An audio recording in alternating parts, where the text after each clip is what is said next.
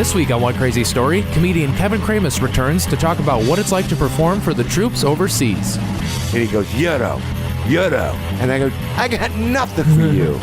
And just as like the second time I said, I got nothing for you, I got grabbed from the guys from the base. And they grabbed us, they grabbed my bags, and they said, come with us. Oh, my God. As they were doing that, I said to the guy, do you take plastic? Oh, my God. Yeah, now that I got the... And he said, yeah, that was the crazy thing. So. Hello and welcome to another edition of One Crazy Story. I'm your host, Nate Armbruster, and this week I talked to comedian Kevin Kramis. For those who have gone back and listened to old episodes or have actually listened since I started doing this, you may remember Kevin from a previous episode. Kevin's a comedian here in Michigan who's a very, very funny guy. He's been doing comedy, I think, as long as I've been alive, and he's just a good friend of mine, so it's always nice to sit down and talk to him. This week we're talking about his recent tour overseas for the troops.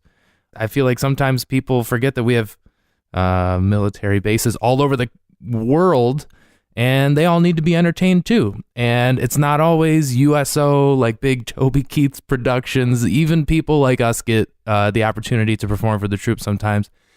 It's rare. It's hard to get. It's a hard gig to get. But, you know, when you think stand-up comedy, some people might just think things you see on like Netflix specials or Comedy Central or just the comedy club down the street, colleges, cruise ships. There's so many avenues for comedians to go down. And when you get the opportunity to do something cool like this, you can't pass it up. And that's exactly what happened to Kevin. A friend of his needed someone for a tour that was going overseas to perform for the military, specifically the Navy, in this particular tour. And he got to go all over the world and entertain these guys for a couple weeks. So it seems like a very rewarding trip for the comedians every time. And one day, hopefully, I'll get to do that. But right now, I got to live through Kevin's experience as he retold it. Also, another reason Kevin was very excited to go on this trip is he got to bring his dad with him. And his dad had passed away, but he had some ashes that he wanted to take to Greece, where his family's from. So it's just kind of a cool opportunity for Kevin, and it happened to be the best trip ever. A very rewarding experience, a fun experience. So I hope you enjoyed this episode. I had a lot of fun talking to Kevin. He's always a lot of fun to chat with. Also, if you guys are into the show, if you have any comments, questions, anything, you can always reach out on Twitter, Facebook, Instagram, at One Crazy Story, or at Nate Comedy. Also, if you know someone that should be on the show, or if you have something you want to share yourself, you can always reach out to me via email at onecrazystory@gmail.com.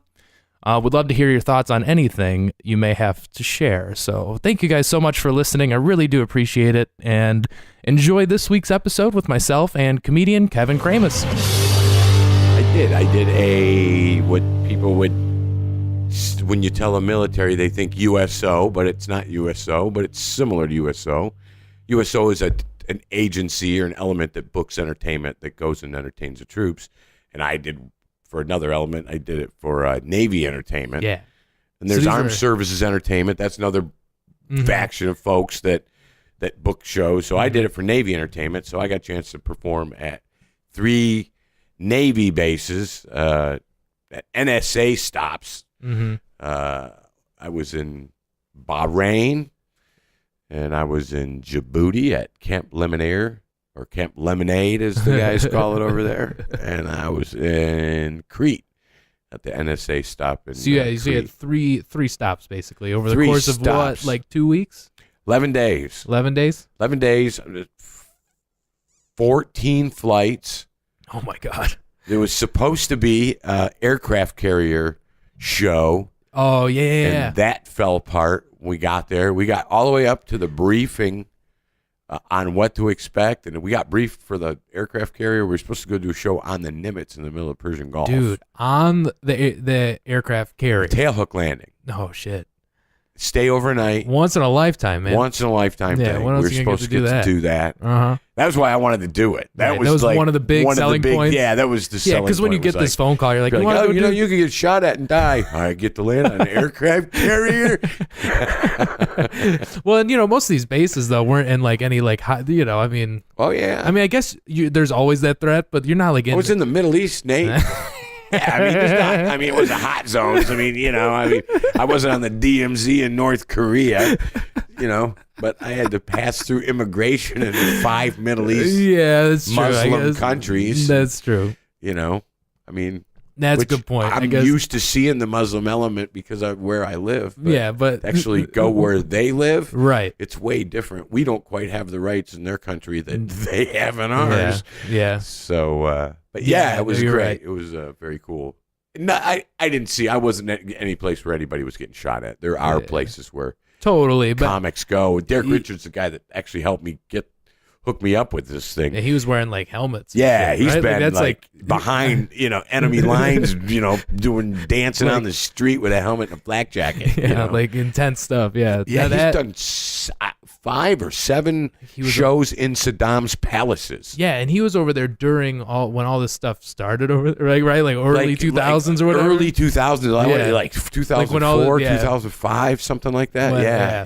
He's been in convoys. To be like to be in one of those, that was quite a time to the helicopters and that's what a time to be over there. Yeah. So it wasn't quite the party you got to have, I'm sure. No, I didn't get the chance to see. I mean, I was in places that were dangerous, but not like that. Yeah, that's I good. wasn't any war zones. Per se. So where did you start? Where was your first show at? Because you did 3 bases, that means 3 shows? Well, we did 2 shows in Bahrain, 3 shows in Bahrain, and then a show in Djibouti at Camp Lemonnier, and a show in Crete in their, I guess they call it their hall. Yeah, it's like a bar. It's a bar. A bar, yeah. That's pretty cool. How were the shows? Were the shows just like normal? They were different. Everyone was different. We did one show in Bahrain. The guards all over the base, all the checkpoints, and all the guys and ladies that are guards on the base, they work a 12-hour shift, 4 to 4 and 4 to 4. So at the 4 o'clock at night shift, the guys folks that were going on at 4 o'clock at night. They couldn't come to our show at 6. No. So right before they went on duty, we met them. We were in Bahrain in the beginning of September, and the temperature was like 115. Jesus Christ. And the wind chill was like 125. The real feel. Oh my God. Yeah, 120. The humidity was. I don't think. Unreal. I think the closest I've been is like I think one time when I was in Vegas it was like 110, and and that's a dry heat. Yeah, that is a dry heat. Yeah, but it's not Middle East. It's not. You would think in Middle East, when you think Middle East, you think desert, but we were in Bahrain, which is an island about the size of Long Island in the middle of the Persian Gulf. Yeah, at like the 13th or 14th parallel, which is really hot. That's like really close to the equator. Djibouti's the 12th parallel. That's the name of their bar, is the 12th parallel. So, or 12 North, actually, was the name of their bar. But in Bahrain, so it was really hot. So these guards are outside in their full Kevlar vest, all their in the helmet. In this 125 degree heat. It's brutal, man. It's brutal. And they're kids. And so we went and did a show for them in a warehouse that was air conditioned right before they go in bed. They were all just standing in formation, like 50, or not in formation. They asked us to go, you want them in formation? And we're like, no. You mean, why the fuck? Why would I do that? Why would I do that to these kids? Why would make them stand in attention so I can go tell them, knock, knock, who's there? Like, who? I feel like I'd be uncomfortable. And they were awesome. Yeah. That was one of the most fun shows we had. I went with another comic. There's 2 of us. I went with Brian Cork.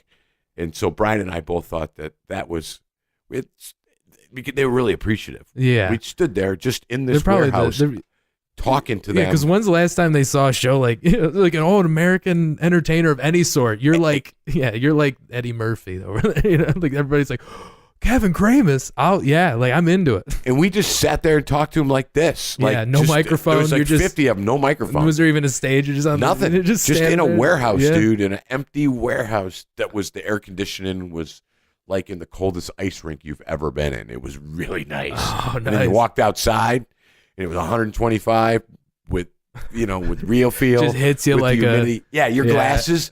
You're like, as soon as you walk outside, they go like you're blind and you walk into stuff.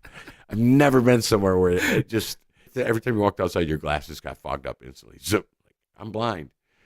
So we did a show for them kids. And they're all, I was going to say, these are all like 18 to 20 youngest year kid old. that we saw was 19. Okay. They said, if you come out of high school and you go in the service, then when you go to service, you go to basic. When you're done with basic, you go to school. Yeah. For whatever you're going to be specializing. So school can be, up to a year long or whatever the program is, basically, they told us. And so that's why these kids, the youngest would be around 19. So from 19 to like, 22, 23, these kids, they're in for 3-4 years. So we did the show for them guys. They were great. They were excellent. We just stood on the street right there, right in the building and, hey, where are you from? Yeah. And just talked to them. And then we did a show in a bar at the base there. That was good. Yeah, it's just a normal bar gig. It's a normal bar gig, dude. It's just like any other. And that base. And this bar is on the base, so on you're the like base, within behind the wall. You go through 2 levels of security. There's big giant cement barricades when they drive you in. They like drop into the ground to go through. You go through checkpoints to get onto the base when you're driving in. When you walk in, it's just you walk up, you show them your ID. They're standing there with their weapon and either let you in or they don't.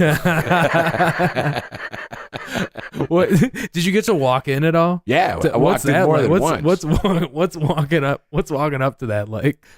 Well, the first time we were driven in. Because these guys guarding the place, have they been to the? Do they know you're the comic, or like it's going to the bar next door to the club where it's just like, hey, you're the guy from the show. Yeah, it was kind of like that. It was really like so the day we did the shows, we were driven in. We were supposed to stay on base, but the base didn't have any space on the hotel on the base or the officer quarters or wherever they would have put us. There was no room. So they put us up in a super sweet hotel in downtown Manama.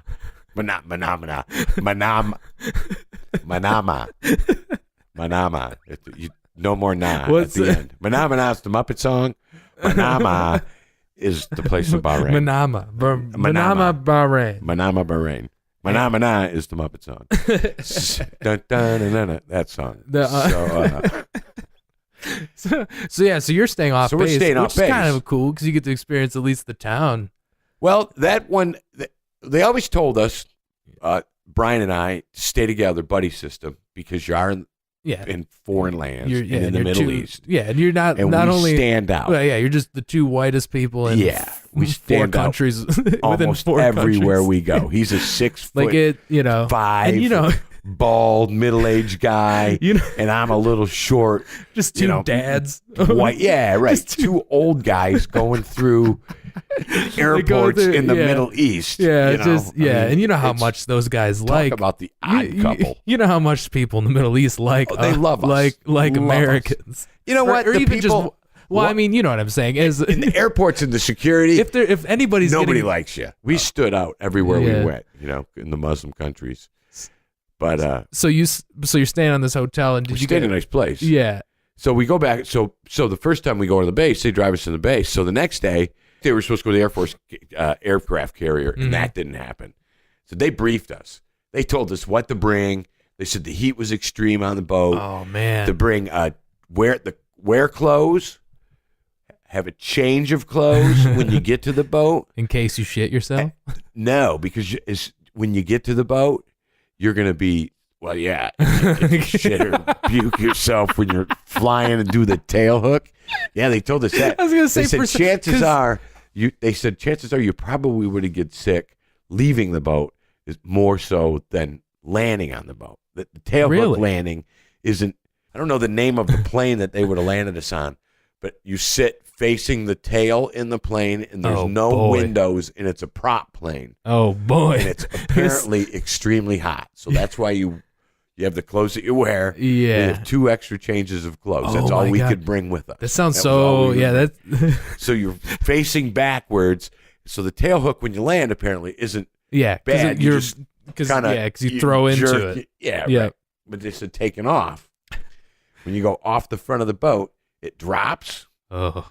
Yeah, I've seen videos of this. I've seen videos of these takeoffs off of aircraft carriers. Yeah, and it's kind of that for that roller coaster. Yeah, it's not quite Delta Airlines. And they said because you're facing backwards with no windows and it's hot, they said you have this sensation that you're going to completely flip upside down going forward, like that you're going to do a somersault. Oh man! And they said that's when people most likely will get sick. If they don't know, it's crazy that you can't. I guess you don't know something like, and not everybody gets to do that. So I guess there's no way to just be like, all right, I just won't.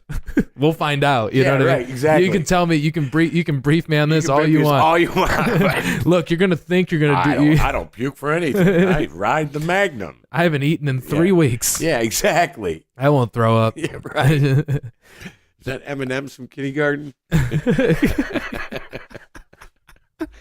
Wow, gum does stay in you a long time. Holy cow, I haven't eaten in a month, but gum come out. Yeah, so they told us all that, and so they told us all what to bring, blah, blah, blah, and then like 5 minutes before the show in Bahrain on the Thursday, they said, bad news. Yeah. We're not doing the aircraft carrier. So we had 2 days off. Oh, so, yeah, 2 days off in Manamana. And we couldn't go anywhere. There was nowhere to really. Yeah, like what are you going to do? There's not go to the base. The base had a movie theater. There's no like Dave and Buster's. It's just the base. The base it didn't really. You just have to go to that's the only place you would go, right? And how far away was like a 10-minute shuttle ride? Shuttle too. Yeah, shuttle like hotel shuttle. Like the airport. They shuttle you right to the base. So you drive up to the base on the shuttle, and there's a different gate, and they've got them barricades that.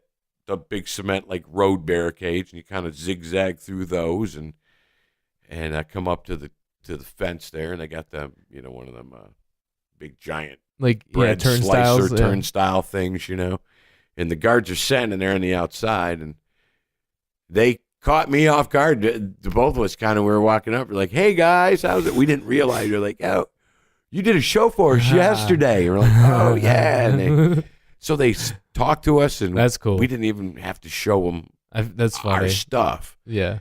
All we had was our passport and a piece of paper that was emailed to us from the Navy that was like signed by somebody basically important. Giving you permission to exist. Yeah, that was called our orders. It didn't say where we were going or anything. It was basically that we were allowed to be in all these places. Wow, man.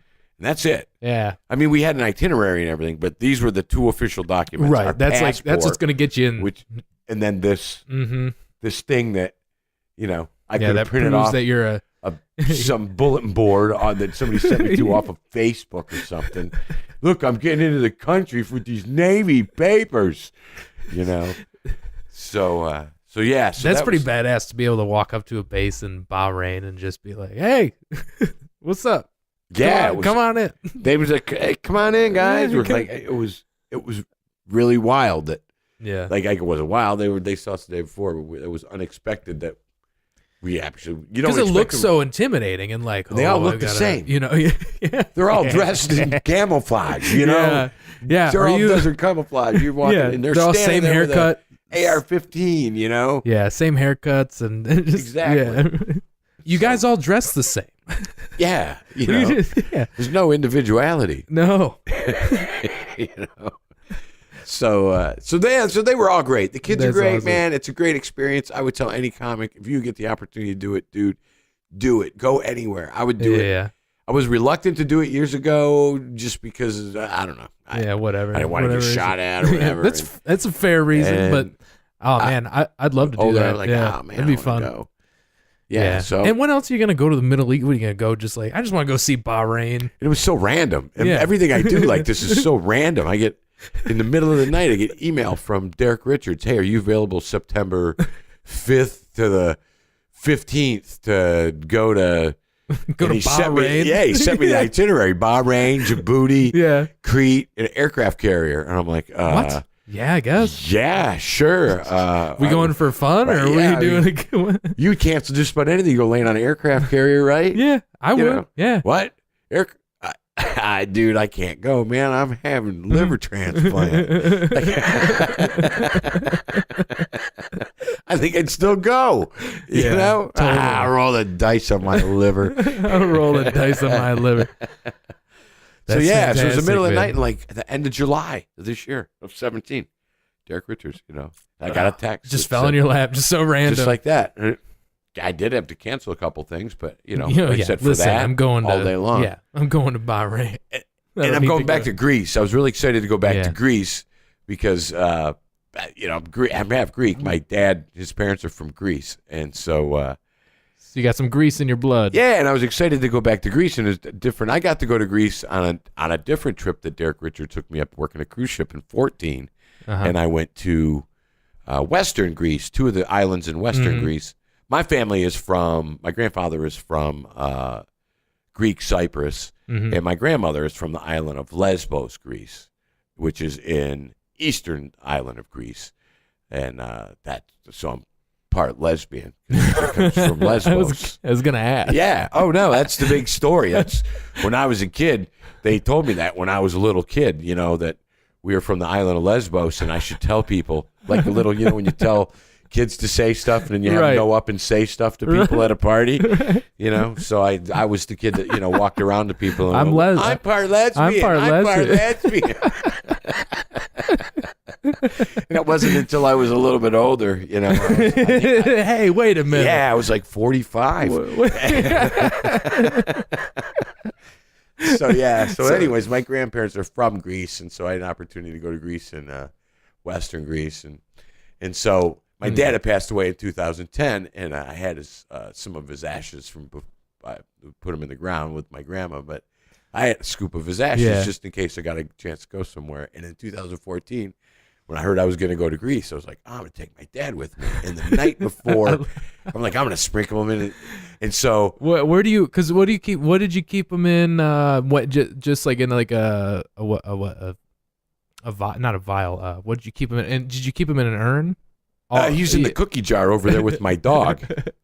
My dog's ashes are in my dog's cookie jar, and so I had my dad's ashes, and I threw my dad in with the dog. Okay, so different bag. It's all, I have them. I don't mix the ashes. I mean, one's a sativa and one's an indica. But so, anyways, so I had a scoop of my dad's ashes, and I was going to take them, and I was like, you know what, I'm not going to tell you. Because you can't just travel with. You can't travel with remains. Those are remains. That's human remains. Yeah, and if you travel with remains, apparently you're supposed to have paperwork involved. Exactly. It's a big deal. There's a form. Yeah, and you have to alert the authorities that I'm moving. I think when you fly with it, you're supposed to have a form or something, some certificate that says these are remains or something, and they're probably got to be packaged some special way. Right. Yeah. So I decided I'm going to take my dad. I'm not going to take a lot. I don't. Well, you can't take more than 3 ounces of powder, or whatever the fucking measure. I don't know, Nate. I don't transport a lot of powder. So,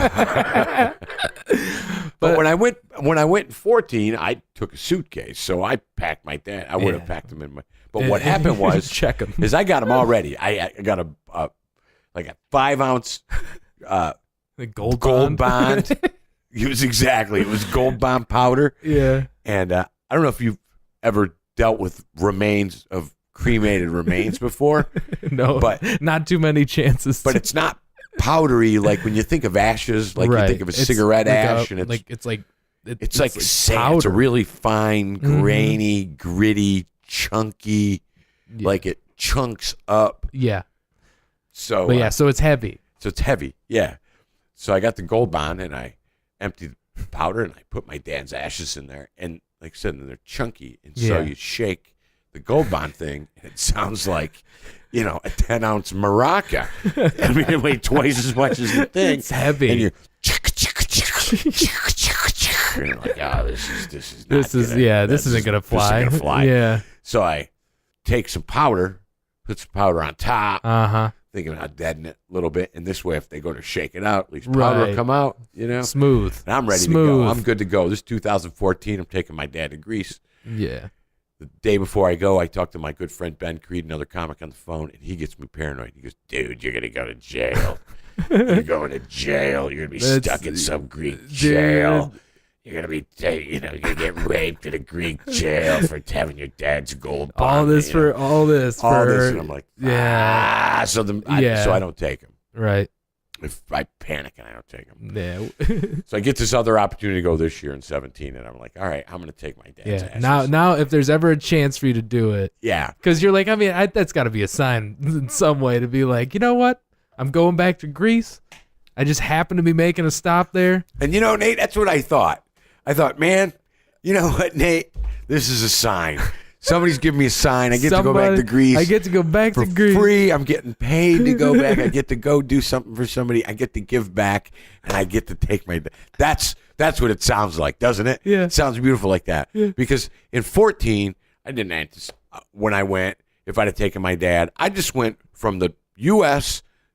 to Europe and got on a boat, right? Mm-hmm. I didn't pass through customs in 10 different places. No.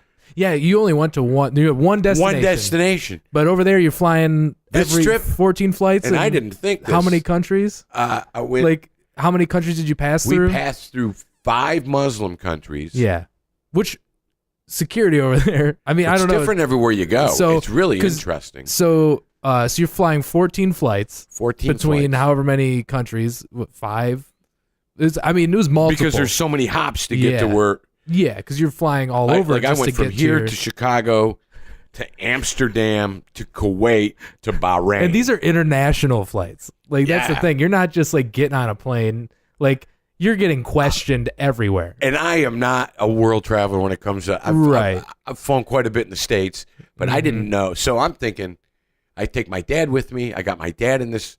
And I'm taking carry-ons now. Yeah. I got 2 carry-ons. I got backpack. Like you're traveling I got a small light. bag. I'm traveling light to go over there for this military tour. Yeah. I got my passport, this military thing, and I got my dad in my shaving kit and another powder thing, and not knowing that I'm going to pass through. Yeah. You didn't even think about how many international borders you're going to cross. Not going through security. Yeah. Not.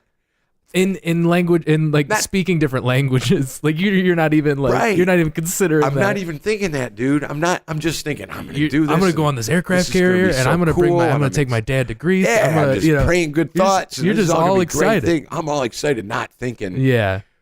What could possibly go wrong? How many different times? Yeah, right. How many times am I gonna have to get lucky? Because what I get didn't this all the way to Greece is. When you fly here and you have a layover in Chicago, you jump off the plane, you go through the terminal, you just run past the people that are getting on that plane to the next. You're already checked into the system. Yep. When you're in Europe or in the Middle East, you have to go through customs and immigration after you get off the plane, and then to fly to another, because it's a layover. Yeah. You got to go through security again. So you're going through security in between flights twice. You got to security to get in. And then security to get out. Shit. And you're only in going up the escalator to go to the out. I never, I landed in Kuwait or in Dubai and at the Dubai airport, and it's layover, and we're going to Africa. So, we're only in the airport. We're not going right. You're not leaving Dubai. the airport. We're not leaving the airport. It's just a layover. You still have to go through security twice. So every one of them stops. Oh my god! So carrying my bags. Yeah, 14 flights. Not all. All the 5 Muslim countries. So 10 times I had to go. At through least security. 10 times you had to go through security. That is insane. With your dad's with my ashes. dad's ashes. Yeah. Yeah. But and they don't speak English anywhere we go for the most part. No. In Europe they do, like in Netherlands they do. Yeah. And we're pompous as Americans thinking that everybody should speak our language. Yeah. Everywhere I go, I expect in Africa that the Djiboutians should speak. Yeah, you guys speak English. I should be speaking Djiboutian. Yeah, right. You're in their country. In Greece, English is in Europe. Everybody speaks their language has English and and English. Yeah, as a language. Yeah, as a language. If not 2 or 3 or 4, because in Europe, I have friends that live in Netherlands, and we had this good conversation this summer. Just a sidetrack, but I never really thought of it. But in our country, we travel from Michigan to Ohio to Indiana to Tennessee to where Alabama. it's all the same language for the most part. For the most part, yeah. you know. But in Europe, you know, you go from Greece, right? Like the one flight, you're in a whole nother culture. Yeah, right. You know? Like not just I mean, it's not just other people who speak your language. Yeah, friends in Netherlands, and they have friends in Russia, but they don't speak Russian. But they have friends in somewhere in between, like in Germany, that speak Russian and German, and my friends from Netherlands speak Netherlands and German, so they can go to Germany, talk to their. They all hang out. The Russians, the Germans, the Netherlands, all in this, like they vacation together, and they can all communicate, all interpreting each other's stuff. That's hilarious. Which is kind of like if you have like family that live here that are from Alabama, and you go down for Christmas, they interpret the Alabamese language. Hey, y'all. Hey, yo. Hey, y'all. So anyway, so we're sidetracked. So that's okay, but... So, at what point do you realize you're traveling with human remains and you have to go through? When we got off the plane in the Netherlands, and we decided that the Netherlands, we had a 12-hour layover in Amsterdam, so we decided to go see the city. Oh, so totally. Got to check out Amsterdam. Go through immigration, and then check our stuff in a locker, and then go back through security to fly back out. Mm-hmm.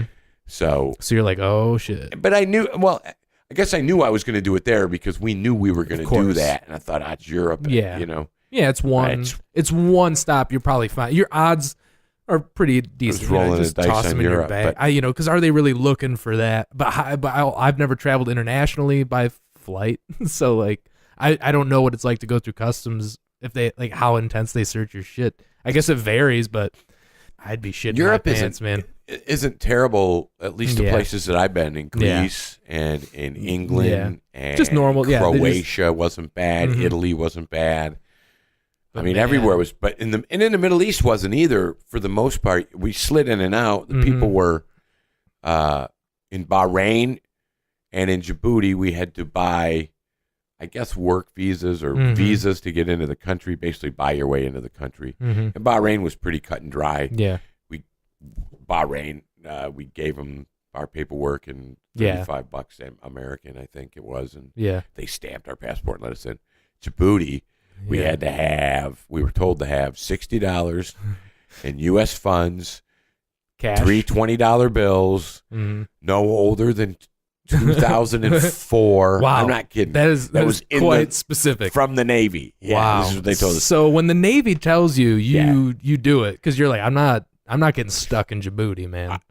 No. Yeah, because like, what are you gonna do? It's Africa, dude. Yeah, you can't just get a Holiday Inn. You know what I mean? You can't just like, all right, we'll figure this out. No. Like you can't. It's the third world, dude. When you fly into Djibouti, it's in the northeast. There's no jetways in Djibouti. There's not. You get off on the middle. A lot of Europe, and most of the flights over there, in the Middle East, even in Dubai,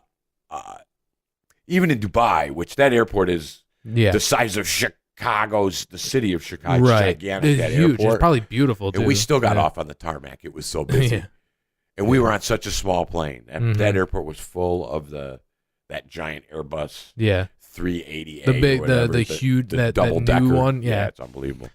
But yeah, when you land in Africa in Djibouti, and in the base, Camp Lemonnier is attached to the base.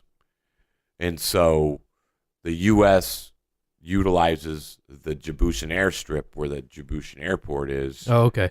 Originally, I believe it was a military base, and they added a commercial terminal. Yeah.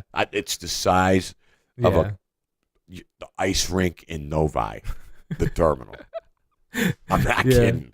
Yeah, I mean, so it's the snack bar and the waiting area is the way to get out. Yeah. I mean, man, and this is for Djibouti. So this it's is like for the country of Djibouti. Yeah. So just really small country. If you look on a map, where it's just north of Somalia. It's the country north of Somalia. Yeah. Right there where the pirates are.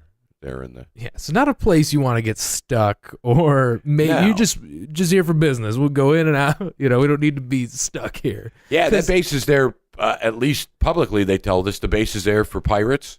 Yeah, and it's a strategic location in Africa for resources. Sure. There's other reasons. Yeah, sure. China's building the largest base that China has off of China's mainland China is being built right now in Djibouti. Mm-hmm. 10,000 troops. Wow. It's so funny. Like, what are they telling the comics? Like, give you some real secrets. Well, they took us to a secret base in Bahrain. We did a show at a secret base, and I don't want to say where it was or anything like that. There's no location necessarily. We weren't there's no supposed address to tell you. Yeah. If anybody asks, we weren't there. It didn't happen. You were at the hotel that day. Yeah. Somebody says, "What did you do on Sunday?" You said, "I worked out at the hotel and waited till 1:35 when my ride picked me up to take me to the airport to go to Africa." That's what we were told. That's what they said. They anybody asks, and you didn't leave the hotel on Sunday. Nope. But we went to a secret place that I found on Google Earth. I had 2 days off before they sent me there. I found it. My phone says we're right. I found it on my phone, and I told them that this isn't quite a secret. Yeah, I don't know. That's hilarious. I don't know who the secret was from. Yeah. So yeah, who are you? I don't want to say what it was. Yeah, but, who are you trying to hide from here? So we did that, and then that was Bahrain. But in Djibouti, you land in Djibouti and buy your way into Djibouti, and they told us $3 bills, $60. So I get off, and I'm the first one. It's me and Brian. But, so you don't just go you in two. couples. Yeah, but it's just you two. There's no other people with you. Oh, you guys we landed from the plane from – yeah. Oh, yeah. But like you guys are traveling alone essentially. Yeah, it's not like you're with a representative of the military. No, we're flying to a third world chauffeur. You're just travelers on an amazing, beautiful, brand new plane full of people from the third world. I mean, there might have been a guy on the back of the plane with a goat. Yeah. Oh man. I mean, we really couldn't tell. Everybody was dressed. I mean, it was culture shock. You know, we really stood out. Yeah, just all the people were super nice. Sure. It's the security people that were that weren't. I mean, the civilian population. Why are you going to Djibouti? Yeah.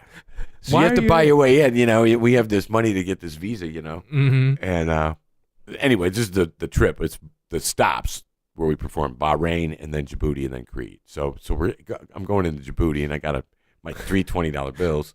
I'm talking to this little Djiboutian man in a uniform that's kind of looks like, remember the Michael Jackson military uniforms? Like I think this guy was really important because he had that and the rest of the guys just had like blue powder He looked shirt cooler than the other. Yeah, this guy was the one in charge. Yeah. And so I give him my, and you figure out what line to go through in this little tiny airport, and all these folks going from over there are going to the right lines, and everything's for the most part in Djiboutian, and there's some pictures and very little English. Man. And so we trying to figure it out and get a person to talk to. I'm the first one, and give them my paperwork, my passport. When you surrender, they take your passport. You surrender your passport in a place like that. Mm-hmm. Like they walk away with it. Mm-hmm. And that piece of Navy paper. Oh boy! Well, there's no shredder back there. I hope. I don't know, man. You don't know. Yeah. Can I follow you, please? Right. And then he comes back. While Brian's got another guy. And we're both kind of looking at each other. From across the room, like what's going on? Yeah. Oh boy. Yeah. And guy comes up to me. I don't know. After about 15 minutes of us waiting with our stuff, and he followed me, and I walked to this little office door, and there's a heavier set guy, like his supervisor, sitting at this desk in this little office, and he's got my passport he's got a few passports on the desk, and he has mine there. I tell him my name, and he goes, "That'll be $90. And I said, "I was told 60. And he goes, "How long are you going to be here?" And I said, "I'm leaving in like 32 hours it was." Mm-hmm. And he goes, "That'll be $90. So I reached in my pocket, and I fortunately had $90 in American money, man. Oh, my God. I gave it to him, and they had amazing security in that office. He had one of those high-tech cigar box cash registers. Yeah. Have you seen those? You open it up, it's a cigar box. Mm-hmm. That's where he had the money. That's funny, dude. It's like you're at a garage sale. Yeah. Yeah. It's So the cigar box was like, overflowing with cash, and he threw the cash on top of the cigar box, and he handed me my passport. And it's got this really nice whole page gold embossed visa that says I was in Djibouti for 32 hours, and he's got my Navy paper, you know. And we finally got him to give that back. So we're going to leave. So you have to go through security again to get out of the airport. And on the other side of security, out the front door, is the people that are from the Navy base that are going to meet us, take us to the base. So we fly commercial everywhere we go, and then every time we get off the plane, there's somebody there holding a sign or somebody. Yeah. We're the only two white guys going to the Middle East for the most part, so everybody, when we got off the plane we were at, knew it was us. Yeah. Pretty much. Let me guess, Kevin and Brian? Exactly. I mean, they had our pictures. Yeah. You know, there was posters of us all over all the bases. There's that. So they know there's that, but it's also like 6 foot. He's 6'5", 6'6". I don't know how tall Brian is. Yeah. He's a tall, white, bald. Yeah. You can't miss him. And I'm 5'3". You can't miss him in Djibouti. 145-pound buzz cut, middle-aged guy. I mean, we look like the weirdest gay couple walking through Europe, And so I got to go through security in Djibouti to get out of the airport. And this guy grabs my bags and he throws it on this. Most of the security stuff you saw over in the Middle East. Is it pretty high? Is it high tech? It's like all stuff from here that's old. Like if you ever went to Metro and flew out of Metro in like 1975. So they're using old technology. Old, like all their stuff. Like there's no microwave everything. You're walking through. No, you're not going through naked body scanner. Yeah. You're not, this is actually like just a box conveyor belt that you put your bags on, and there might be just a guy inside there with a magnet. I don't have any idea. It might not even do anything. Oh my God. All I know is it went a little bit faster than I could walk. And so I stuck my stuff there, and as it was coming out the other side, a guy that was 7 foot tall, that looked like Manute Bowl. Yeah. Just tall, really dark-skinned black guy with a cheek puffed out like he had a tennis ball in his cheek, grabs my bags, he's not wearing a uniform or nothing, and starts running towards the door in the airport. What? Yeah. Yeah. So I'm chasing this guy through the airport like, hey, motherfucker. Oh, my God. Give me my bags. Oh, and he doesn't speak English? And he doesn't speak English. Oh, my God. So this is just a guy that thought he had his bag. No. This is what happened. So he gets to the door of the airport to go out into the parking lot. Yeah, to leave. And he drops my bags, and he reaches out his hand, and he starts pointing at his hand like money. Yeah. I'm like, I got no money, brother. Yeah. He goes, money. I got nothing for you. And he goes, euro. And I go, I got nothing for you. What? Wow. And just as like the second time I said I got nothing for you, I got grabbed from the guys from the base. They went, you're Kevin and Brian. Brian was like right behind me. And they grabbed us, and they grabbed my bags, and they said, come with us. Oh, my God. As they were doing that, I said to the guy, do you take plastic? Oh, my God. Yeah, now that I got the... And he said, yeah, that was the crazy thing. So wait, so the guys from the base... It was just like a vagrant from the street. It's the third world, dude. There's no law. And the lump in his face was khat, which is, I believe you spell it like Kotch or something. It's a plant that the government of Djibouti, it's grown in Ethiopia, which is the country just west of Djibouti, and it's grown there, and the government of Djibouti allows it to be smuggled in, transported in from Ethiopia into the country, and lets their population have as much as they want because it sedates their population so that the people don't riot. That's what we were told. So this guy, and it's like a psychedelic / pot. Interesting. So it's kind of like mushrooms on pot. No way. It's apparently the buzz. Interesting. Yeah. And so that guy ran through my airport all whacked out on this stuff looking for, like a crackhead over here running through the airport. Sure. Dude. Wow. Freaked me out, dude. Well, yeah, because you're like trying to talk to him. He doesn't. How much English does he know? Exactly. English? He knew Euro. Yeah, he knew Euro. That's it. And you know what? Those folks might, it's the third world. When you're flying in, it looks like Tip Up Town. You ever see Tip Up Town in Houghton Lake? like a shanty lake. Oh, yeah. Full of fishing shanties. That's what Djibouti looks like flying in the middle of the desert. Oh, my God. It's 120 degrees outside, and it's all shacks. Wow. For as far as the eye can see, man. These Wow. So when this guy took your bag, did Brian follow you? Or was he cool? Like, he had all of his stuff? He had his stuff. Like, nobody's going after the big, tall, bald guy, you know? Oh my God! No one's going after the center, but they'll take on the point guard. So yeah, so the soldiers help you out. They get you. Yeah, it wasn't soldiers. It's just two reps from the base, two civilian employees from the base, and they grabbed us, put us on the bus, took us back to the base, and did the show on the base. And, man, and the base, that base was great. It was a Camp Lemonniers was a French base that the U.S. took over after World War II. And there's, I forget what about 5,000 people on the base, stayed in containers, travel containers, you know, those big metal containers. They were nice. Yeah. They're really nice. Yeah. Those are like a thing now. That's a thing. People are like renovating them. The whole base over there, it was called Clueville because they're called Containerized Living Units, CLU.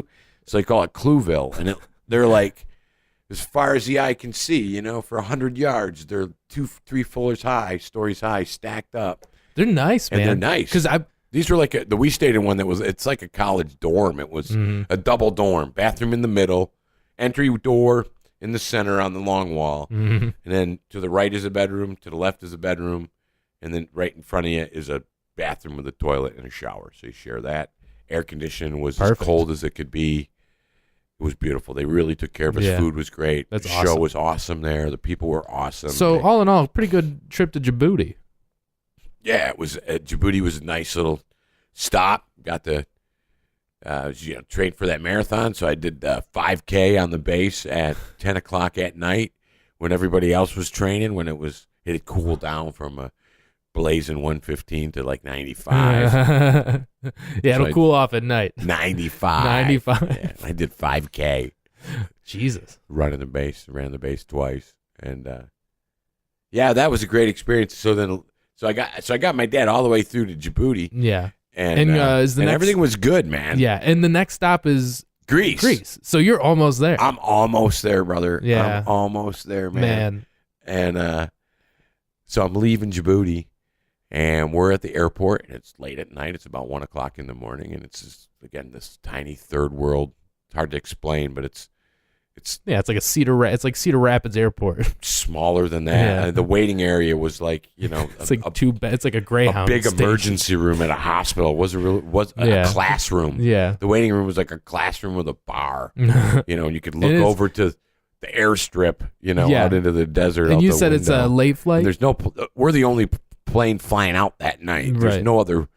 We're waiting for the plane to get there at 1 in the morning, you know. Yeah. And so you go through security at the airport, and I got my 2 bags, and you go through the first security, and you go through the same metal detector as it did when I was leaving, when the guy took it, just this crappy metal detector, and no problems, and walked right through and got our boarding passes pretty much with no issues, and go wait for the plane in this waiting room with a handful of other folks that are leaving to go where we were flying from Djibouti to Doha, Qatar, or Qatar, however you want to say that, and then from there to Athens to Crete. So, more stops, more airport stops through customs, but getting out of Africa, you know. Yeah, I was getting out of Africa, and so they dropped you off, but nobody stayed with you to make sure you got on the plane. No, they didn't make sure we got on the plane. Yeah. They just made sure we got through the first check of security. Yeah. And they told us they would do that, and they stood there and watched us. They didn't tell us there would be more security anywhere else in the airport, and they did wave to us. Bye. It was kind of like, bye, guys, thanks, great time. As they're waving, and we're going through, hey, we made it through, and we got our boarding passes, and they're waving at us. Showing them everything. We're like, we're leaving Africa. Everything is happy, and we're just happy. And I might have been skipping. Yeah. I don't know. I was leaving Africa. I was out of Africa almost. Right. You know? Yeah, you're like, I'm about to go to Greece. I'm on my way to Greece. I got my dad in the bags. Everything is happening, you know. And so I clear that first security. We go in this first holding room, and they call us out. They say that the plane arrives, and we see them clean the plane, all that from out the window, and there was a sign. Somebody said something from the airline. There was no speaker, boarding the plane through this door here, and so we have to pass through security again to get to where we're boarding the plane. Mm-hmm. And so there's about a dozen people in this airport that are flying on this full-size, beautiful plane. So everybody goes through, and I'm like last. And there's three. Yeah, Brian's through. Brian's the through. only guy that you're traveling with. Like the only guy that I'm traveling with. And there's another military guy in the Navy that we befriend sitting in the airport. The only other white person out of the dozen in there waiting was this clean-cut, tall, buzz-cut kid that you could tell was a military. And we talked to him. Turned out he was a meteorologist, and he was flying somewhere. And we were talking about he'd been through a bunch of airports in Africa, and this actually wasn't the worst one. There was worse ones in Africa, and he'd flown through some smaller ones in the interior Africa. So, but it was a good blah blah blah. And he was showing us his clothes that he wears, that he like nylon pants so that he never buzzes, and these no zippers, and he really had it down. He was wearing nice shoes he could slide in and off. He was like ready to fly. Yeah, his backpack. He slides through, and Brian slides through, and I'm like the last person to slide through. And I give him my bags, and my backpack goes through, and it's fine, and my rolling suitcase goes through, and it's boop. And they grab it again, and they run it through the thing again, boop, or whatever it does, I love the sound effects. Whatever it's in the guys, there's these two. Now, these security guys at this checkpoint in Djibouti are older gentlemen. Yeah. That aren't very friendly, like older than me. They both look like Grady from Sanford and Son, like white military white dress shirts with the boards on the shoulders. Some intense general of some, I don't know who the hell I don't know who these people are. They're just angry. And they're looking for. They're the last line of defense to get on the plane. Yeah, they have power trip, man. They could do whatever they want to you. Exactly. Yeah. So my bag boops like 2 or 3 times, and so they start. They're pointing at my bag and they're yelling at me, and I'm starting to sweat. Yeah, because you're like, my dad is in that bag. Right now. And you're like, what? My dad's in there. That I don't want to end up in Djibouti for the rest of my life. Well, that's the thing. Is like the reason you would end up is some human. That's I feel like that's grounds for something. I don't know. I know. Somebody's and remains. Guys, I could end up being somebody's booty. I don't want to be. There's your booty and my booty.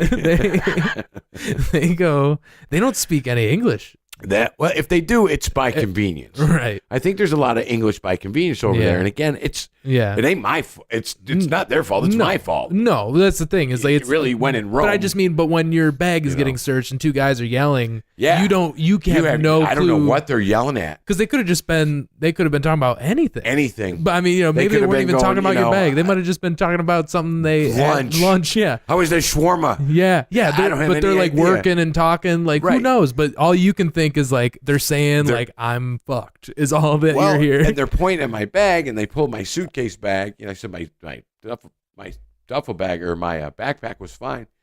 They pushed that aside, and they started going through. I opened up my suitcase. They pointed at it. And I'm like, what am I going to do? I just kept like shrugging. Like, it's my bag. It's my bag. And like the whole time I turned into an old Jewish guy. Like, what? I don't know. What?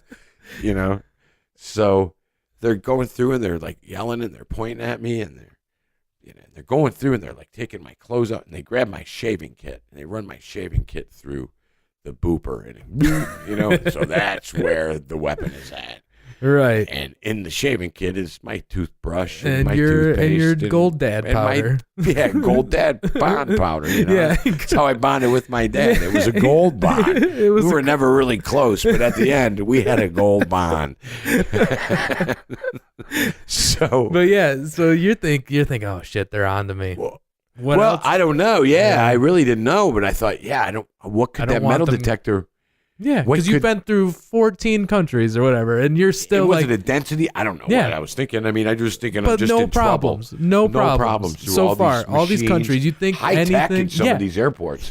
But the booper. Yeah. But the pooper catches you. I mean, in Dubai, that's a high-tech airport, man. I mean, that one. Top of the line. That Probably security going through that, passing through the airport was nicer, cleaner, more modern, and higher tech than Metro. Oh, yeah. Nice. They were nice, super nice. Everybody in suits. But in Dubai or in Djibouti, not the case. No, yeah, so it's these like guys are royalty. going in Djibouti, so they're going through my shaving kit. They open up my shaving kit, and they start taking stuff out. And they take out my toothbrush, and they put that on the counter. And they take out my toothpaste, and they put that next to it. And they take out one of those Band-Aid things, and they, they open it up with the Band-Aids, and they put that down, and they're just going through it, and they're taking all my stuff out.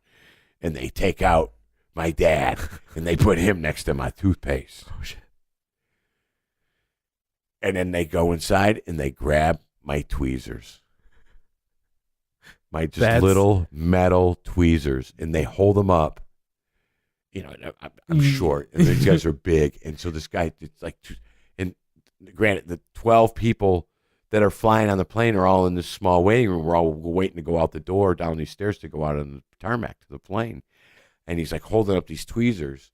I don't know if he's trying to make an example of me or not, but he's like trying to embarrass me. He's like yelling, holding the tweezers up. No. Like, oh, my God. I don't know if he's yelling like, this guy's got the tweezers that could have killed everybody on the plane. That's what it felt like he was saying. Yeah, it's just intense. It's intense, man. And I'm like, why know, are I'm you sorry. telling all these people? Like, I found the contraband. And he was. Oh my God. And they're clean. There was nothing on them. It wasn't like drug contraband. Tweezers. It wasn't They're just a tweezers. roach clip. It was tweezers. Yeah. Like for pulling nose hairs. Vanity tweezers. And he's holding them up. They're the only metal thing I think I had in there. Yeah. My razor, my electric razor was in my other bag. They didn't even check it. Wow. Which was sharp. I mean, if you're worried about sharp objects, right? So they confiscated the the tweezers. and I just kind of gave the universal waved my hand and went. I said, "Keep it. I don't want it. Yeah. Keep it. Yeah, whatever." And they threw him to the side and they like motioned to, pick my go crap ahead, put your up. shit together and And get I out. grabbed my dad and I threw him in the bag and I threw all my stuff in the bag. Shit. Took a deep breath, and put the backpack over, got on the plane. And, oh my God, they man! saved everybody with that metal object. Yeah, I seriously. didn't hurt anybody on the plane. Dude, I'm just, I understand. I mean, it's a metal object. You don't want that on the plane. It's dangerous. And, about 2 hours later, they served us the most incredible meal. I had this these little lamb cutlets. Oh, delicious. With a metal silverware. Really? Yeah. They put metal silverware on the plane? Yeah, I couldn't have my tweezers, but I had a metal fork, knife, and spoon. They might have been silver for all I know. That was nice stuff, man.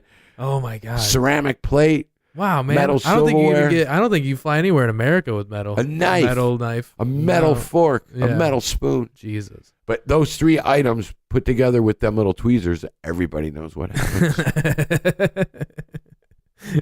Yeah, all hell breaks loose. Yeah, and I just didn't want my mom to get called and find out, oh, your son's the tweezer bomber.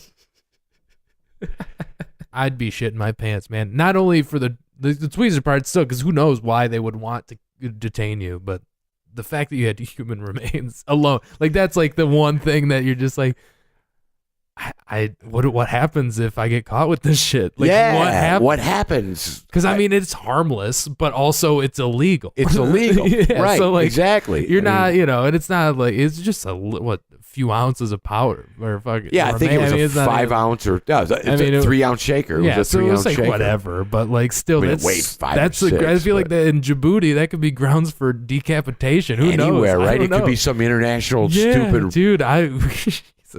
UN can't fly with. So you got through all of that. Yeah, so we left there, got through there, got through the security in Doha, Qatar, slid right through there. There was no trouble there. And you get to Greece. Got right through into Athens, right through into Crete. And yeah, I'm telling you what though, when I passed through security in Crete, dude, I thought I was gonna have tears in my eyes, man. That I made it through all that. Yeah. Like, are you kidding me? Yeah. Are you kidding me? Yeah.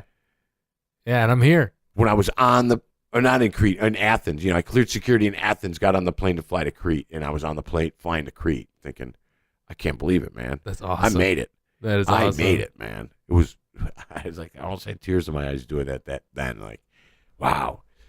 And then, and then that worked out. Landed in Greece, had breakfast the next morning, picked us up, took us to the base, toured us around the little base, did a sound check, said, you guys are free for the afternoon. Your show's at 5 o'clock. So we were free for the afternoon. I said, show us the beach. The lady showed me where the beach was in conjunction with where the hotel was that they put us up. Uh-huh. It was about 1.5 miles from the hotel, down a hill. That was so funny. So I'm got my dad's remains. I'm in Greece, and I'm gonna run. Land of the marathon down to the right. Down straight to the out of ocean, a movie. Straight out of a movie. To release my dad's ashes, and I run down this hill that was. I don't know how high the hill was. It must have been 200 or 300 feet. It was really high up where the hotel was, down to the water. Actually, when I did it, and I looked at my GPS, my runner's watch, when I got back to the hotel after I did it, and I'm looking at there's a graph of land, of the elevation of the run, and it runs, and there's a hill, and it goes all the way down to the bottom, and it stops at the bottom, the graph, and that's where the run stops. And I'm looking at this graph going, what the heck? Mm-hmm. And I was like, that's sea level. I ran to sea level because I put my dad in the sea. Oh, my God. And that's the level of the sea. So I ran down at 1.5 miles. I know, to sea level. Yeah. Swam out into this beach and dumped him in the ocean. Oh, man, that's awesome. Yeah. And then in the Aegean Sea in Crete. And then went and did a show. We came home. Awesome. It was a great show, man. What a way to end the trip. Yeah, it was great. And then we had an excellent time. Everybody should go to Crete. I'd move there today. It's the most beautiful place. It is. It's an island in south of mainland Greece, and it's when they say the old country, it's the old country, dude. There's stuff that dates back, to the 1400s. I've seen pictures. It looks unreal. Later than that, or earlier than that. But I mean, we went to this village. It was like this 14th century village that was converted into restaurants, and this old wharf, that was amazing, and had this amazing Greek seafood dinner down by the sea. But when I was out on my run, I said it's the old country. In that run, I ran through by like a couple restaurants and shops that were down by the sea, where like there was goats walking around in the neighborhood, just like chilling. they were going to be dinner that night. Yeah. Like that's how old the bread truck comes every day, delivers you bread. Oh, yeah. Artisan bread with the hard crust. And I got to go. It's old country, dude. It's everybody should go to Greece. I love it over there. But, hell yeah.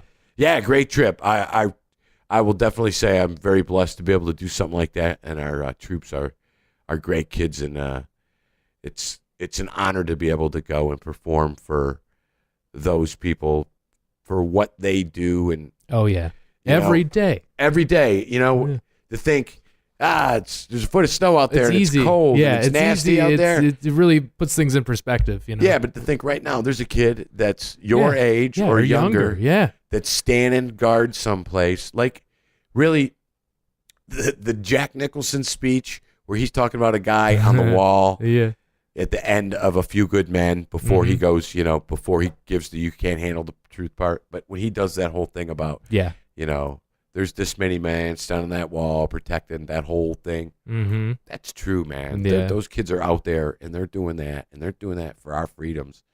And so to be able to go and take them a little bit of home that's awesome. Was an honor, man.